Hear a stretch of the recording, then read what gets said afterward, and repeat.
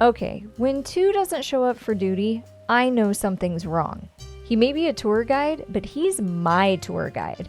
And if anyone is hurt a hair, or a reasonable equivalent, there's going to be hell to pay. As the day lost its feeble grip on the last of the sunlight, and night sauntered in like it knew this song was about it, didn't it? Didn't it? We were no closer to figuring out where the scientist had disappeared to and who had disappeared him. Colin Smith, or Red as he called himself, led the pack like Seabiscuit at the Belmont Stakes against a field of rocking horses, in my opinion. But considering who was holding the gun at whom, my opinion didn't count for much right now. Assuming my boss has already started the narration in that hunky, oddly horned head of his, I'll take it over.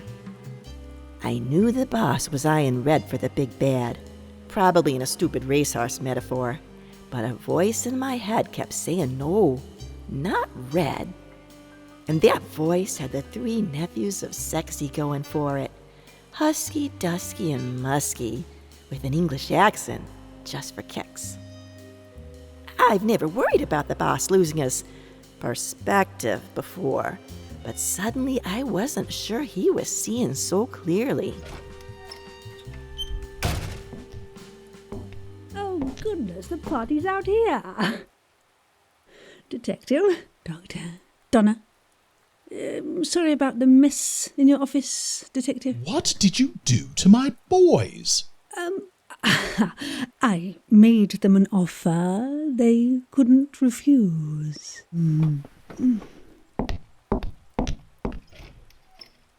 Oh-wee, what offer was that? Die standing up or die sitting down? I better call the cleaners. Hey, I'm trying to threaten people here. You mind? No, you go on. Jesus! Hang on. I thought you were a cop in this episode. Oh, gotcha. Okay, how's about you make your way over here with that mop and bucket? And a gun. Damn it, that was my protection squad. It was time for me to make my move.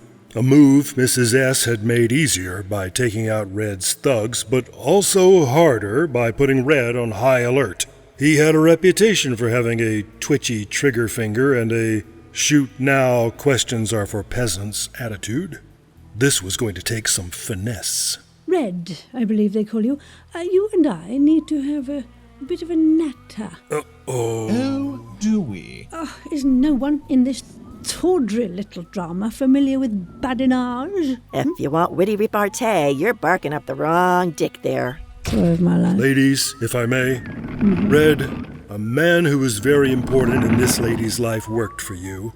About a year ago, he disappeared, only to crop up in some newspaper pictures from 40 years ago, looking the same as he does now. It's just as dishy and delicious. He did drink rather a lot, but presumably not enough to be pickled for the last 40 years. So, Red, spill or be spilled, if you catch me. I am very rich and very powerful. But even I am not capable of time travel. Yet. I'm afraid I can't help you. And as I have the gun, I'm afraid no one else can help you either. Who says we don't have banter? Hooey! Jesus! Red, you're under arrest. And I got like 5, 6... hang on. Larry. Jesus. Benny. Billy. Is Harry out there? Oh, hey, Harry. 6. I got 6 guys out here, so you're sort of out of luck. Damn it, I knew I heard skulking. Curses! Yeah, but here's the thing.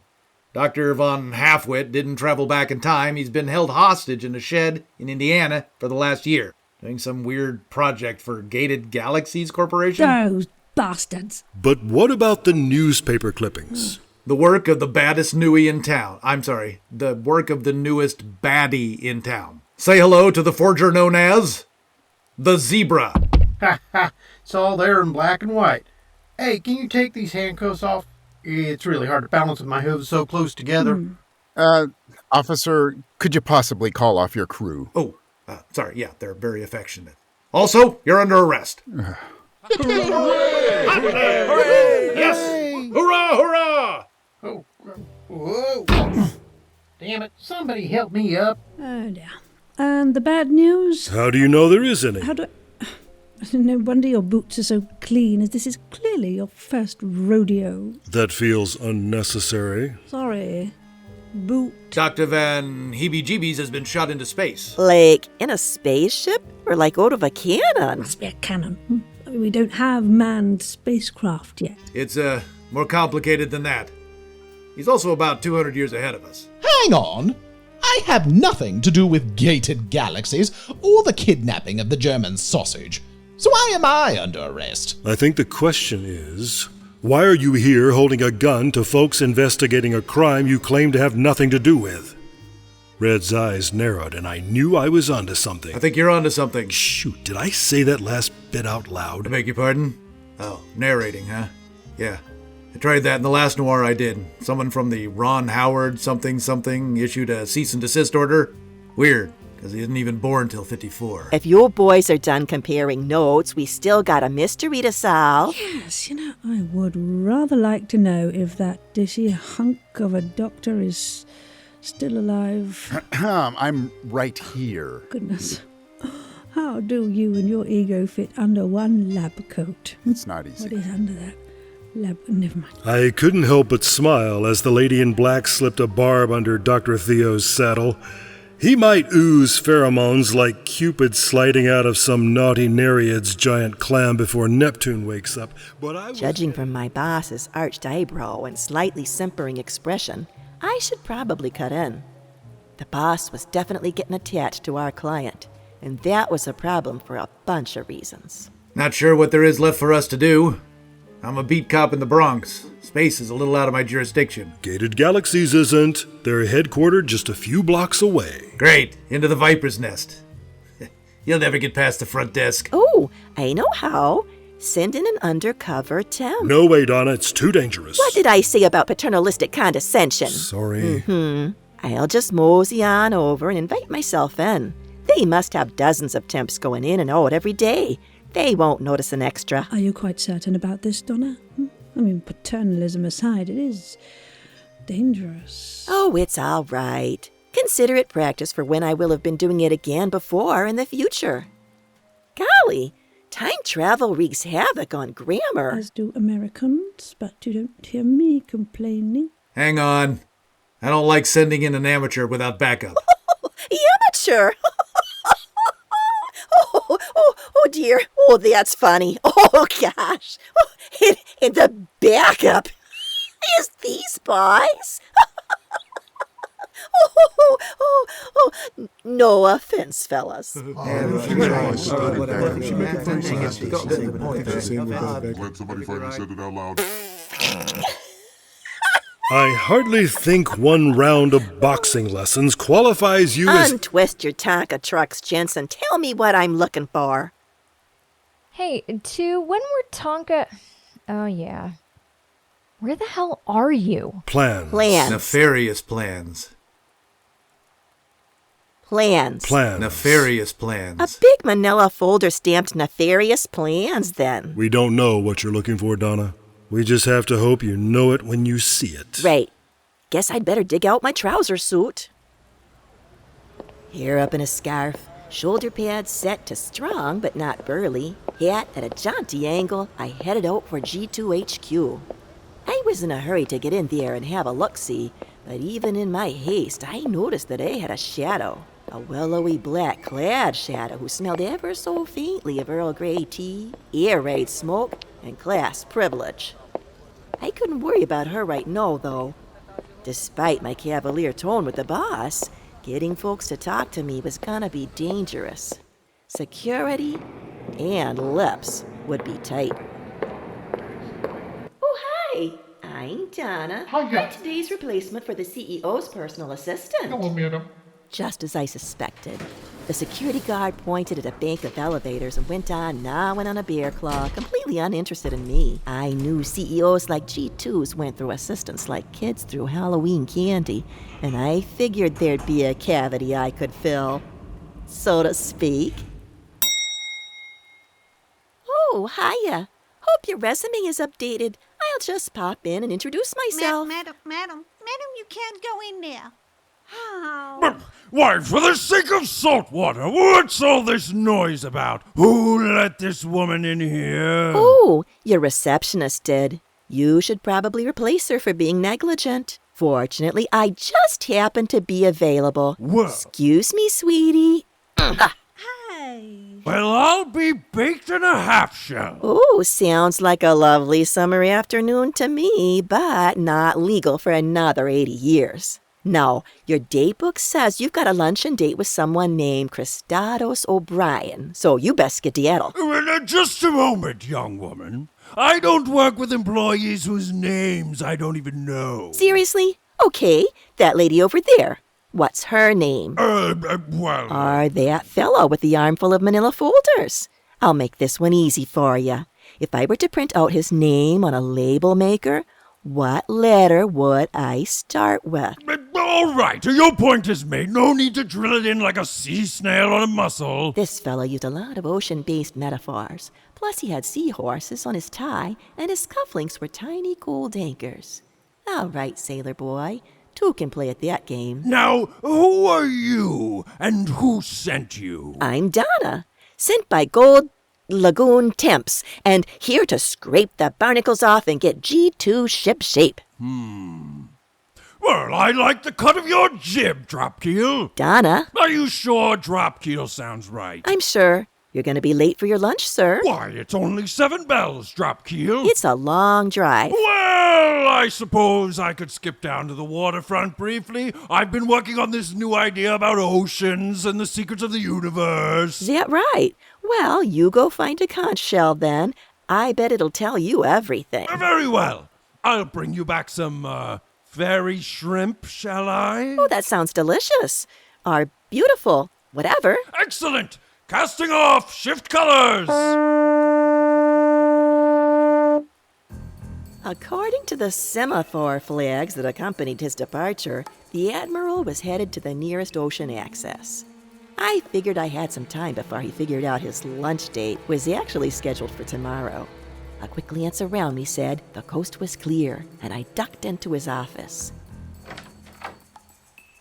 But I wasn't alone. Goodness, you were rather a long time. How did you get in here? Dumbwaiter. He has a dumbwaiter in his office? No, that was my disguise, yes. I brought him a croissant and pretended it was meant for his receptionist. He doesn't approve of his subordinates eating, so he commandeered it, as I planned. And then he just let you stay? My dear, are you at all familiar with the art of disguise? I'm here disguised as a temp, aren't I? Are you? Oh. Did you find anything? Oh, so shouty. Oh dear. Oh, hide!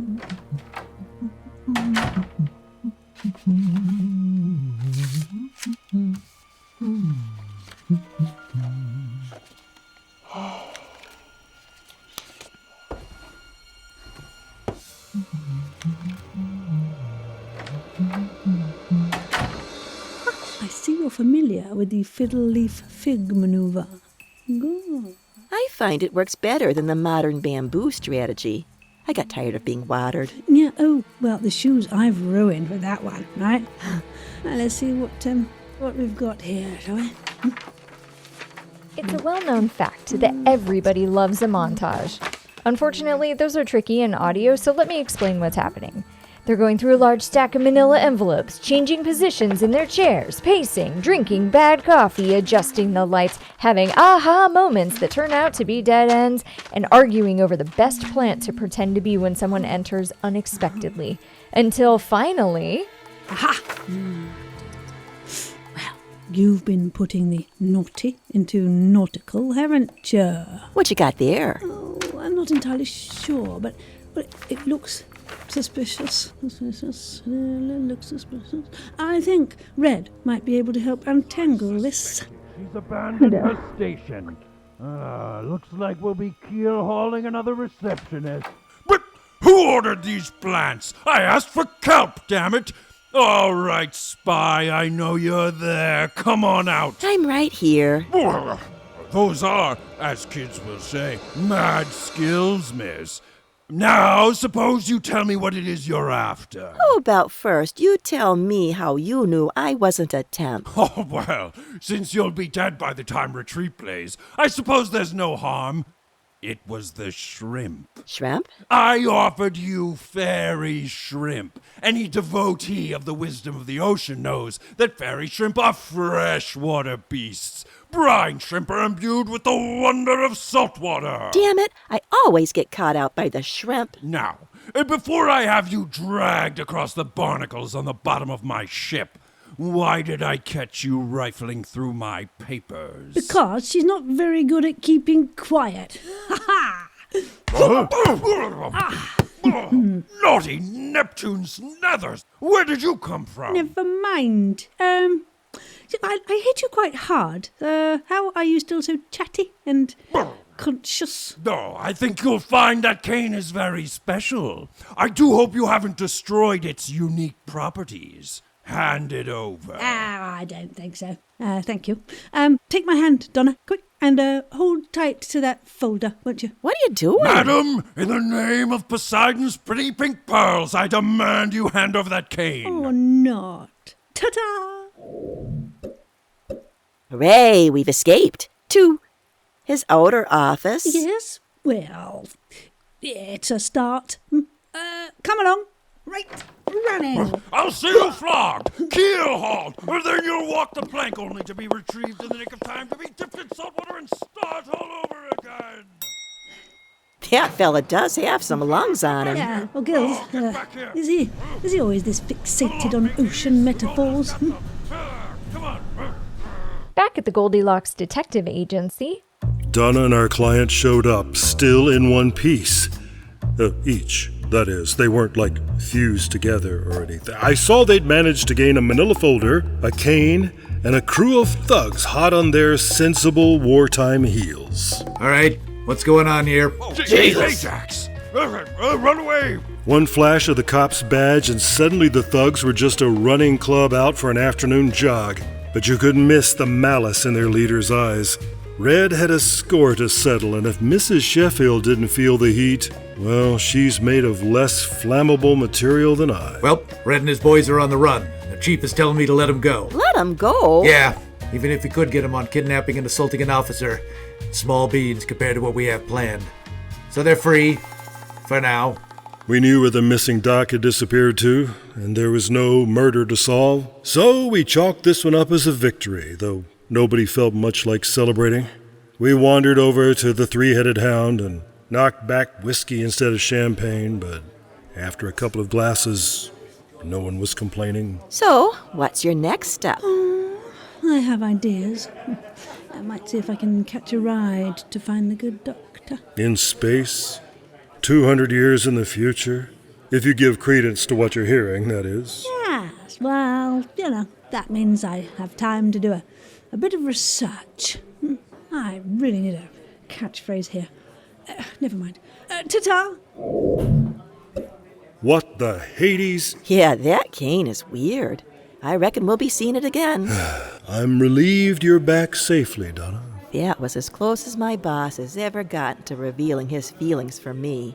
But every now and again, like now, I see a twinkle in his eye.